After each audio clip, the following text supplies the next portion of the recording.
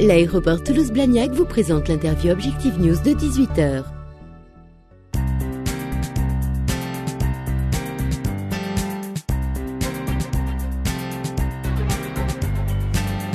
L'interview de 18h sur objectifnews.tv, nous recevons aujourd'hui Marc Hugler. Bonjour. Bonjour. Vous êtes directeur d'EDF Commerce Sud-Ouest depuis le 1er janvier 2012.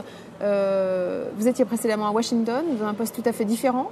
Quel est votre parcours ? Effectivement, avant de venir dans cette magnifique région, j'ai passé près de 4 années aux États-Unis avec pour mission de développer nos activités du groupe EDF sur le continent nord-américain. EDF est présent globalement là-bas dans la filière production nucléaire, dans les renouvelables qui représentent près de la moitié de nos activités dans les renouvelables dans le monde et dans les activités de négoce. Donc ces 4 années aux États-Unis, durant la présidence du président Obama, furent assez passionnantes.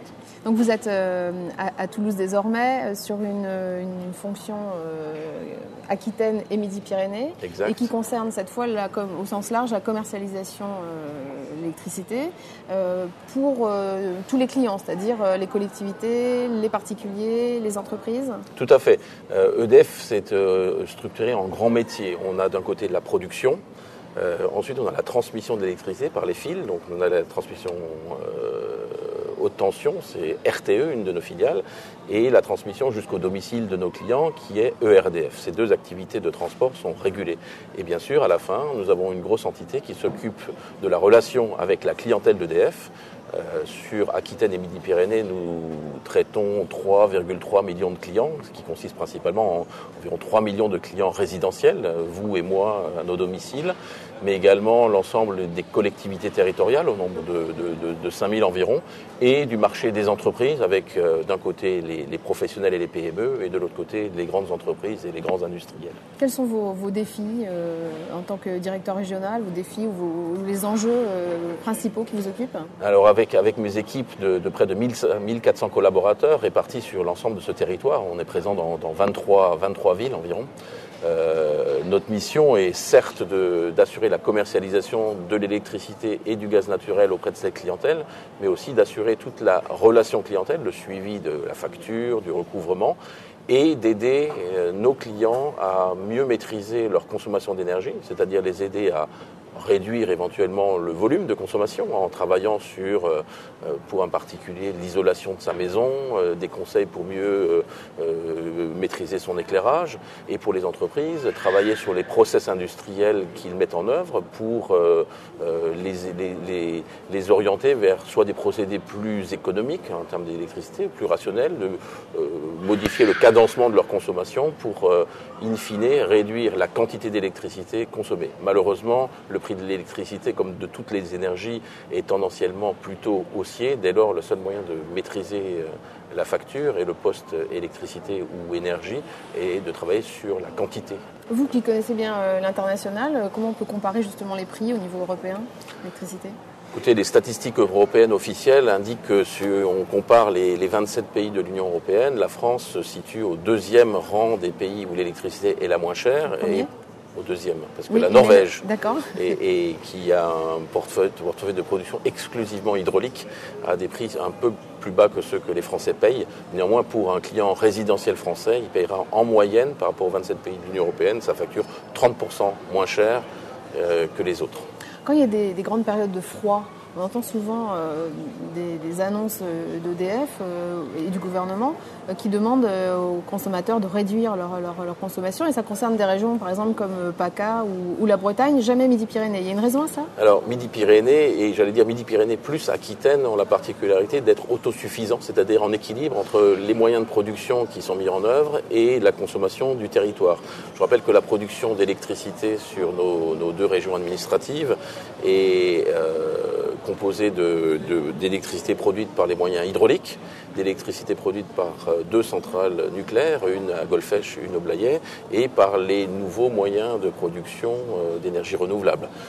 Savoir que 100% de la production électrique sur le territoire n'émet pas de CO2, et on couvre largement les besoins de l'ensemble du portefeuille client de la région avec les moyens régionaux. Donc on est rarement en situation de tension offre-demande. En matière justement d'énergie renouvelable, quels sont les grands chantiers qu'EDF met en œuvre en ce moment en région ? Alors, l'ensoleillement de nos régions et puis on va dire la situation par rapport au vent permet des développements assez importants des énergies dites renouvelables sur nos territoires. Je prendrai un exemple emblématique récent dans le solaire. À Bordeaux, tout récemment, notre filiale EDF Énergie Nouvelle a inauguré, en partenariat avec les autres entités du groupe, la plus grande centrale solaire en site urbain, puisque l'ensemble des parkings du parc des expositions de Bordeaux a été recouvert d'un système ombragé pour, d'une part, protéger les véhicules, d'autre part, produire de l'électricité. On y a installé 60 000 panneaux solaires, c'est l'équivalent de la surface de 27 terrains de football, et ça produit 12 mégawatts d'électricité depuis quelques semaines maintenant. 12 mégawatts d'électricité, ça représente environ la consommation de 6 000 ménages dans une ville comme Bordeaux, ou pas loin de la moitié de la consommation de l'éclairage public d'une agglomération comme Bordeaux. Alors vous êtes particulièrement intéressé par l'aspect commercial, l'aspect clientèle. J'imagine que vous avez une vision en temps réel finalement de l'économie. Est-ce que les grandes entreprises des différents secteurs continuent à consommer autant d'électricité? Est-ce qu'au contraire vous sentez un ralentissement? Écoutez, globalement, nos régions, soit Aquitaine et Midi-Pyrénées, ont un dynamisme économique qui est un peu décalé par rapport à la moyenne française. On a des grands pôles d'excellence dans nos industries, comme l'aéronautique, les systèmes embarqués, le spatial, et aussi toute la filière agricole et agroalimentaire qui, de notre lecture, se porte plutôt bien, comme ces acteurs le confirment. On voit cependant une tendance un peu baissière sur d'autres secteurs comme toute la filière qui alimente la filière BTP, c'est-à-dire les matériaux, que ce soit le ciment, les matériaux solides. On sent chez ces on va dire fournisseurs de l'industrie du BTP une décroissance de leur consommation d'électricité qui est souvent corrélée finalement à leur activité économique. Donc on sent bien que certains secteurs sont un peu sur le retrait, d'autres continuent à avoir une assise, on va dire une dynamique relativement positive. Dernière question, Marc Hugler, concernant l'emploi chez EDF. Est-ce qu'on a cité le nombre de personnes qui travaillent au sein de la division, enfin de l'entité, dans la direction commerciale Sud-Ouest? Oui, nous employons, comme je vous l'ai dit, environ 1400 salariés. Une bonne moitié sont des conseillers clientèle, qui sont des personnes installées sur des centres de relations clients où la relation principale avec le client est le téléphone. Ce sont des gens qui ont des qualifications en général niveau baccalauréat, soit professionnels, soit généralistes. Et sur cette catégorie de personnes, nous avons développé avec les institutions pédagogiques de la région des partenariats forts pour pouvoir intégrer de plus en plus des jeunes en contrat de professionnalisation. Donc ils sont en alternance entre des semaines dans leurs établissements scolaires et des semaines dans nos centres. Ils sont intégrés complètement à nos personnels. Pour donner un chiffre, nous avons pratiquement 6% de nos salariés qui sont sous contrat de professionnalisation.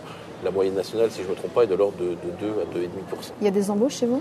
Et bien sûr, nous embauchons chaque année du personnel. Alors globalement, EDF est embaucheur de près de 5000 ingénieurs, techniciens et salariés. Dans les activités commerciales, on tourne autour d'une centaine d'embauches par an sur le territoire. Merci Marc Hugler. Avec plaisir.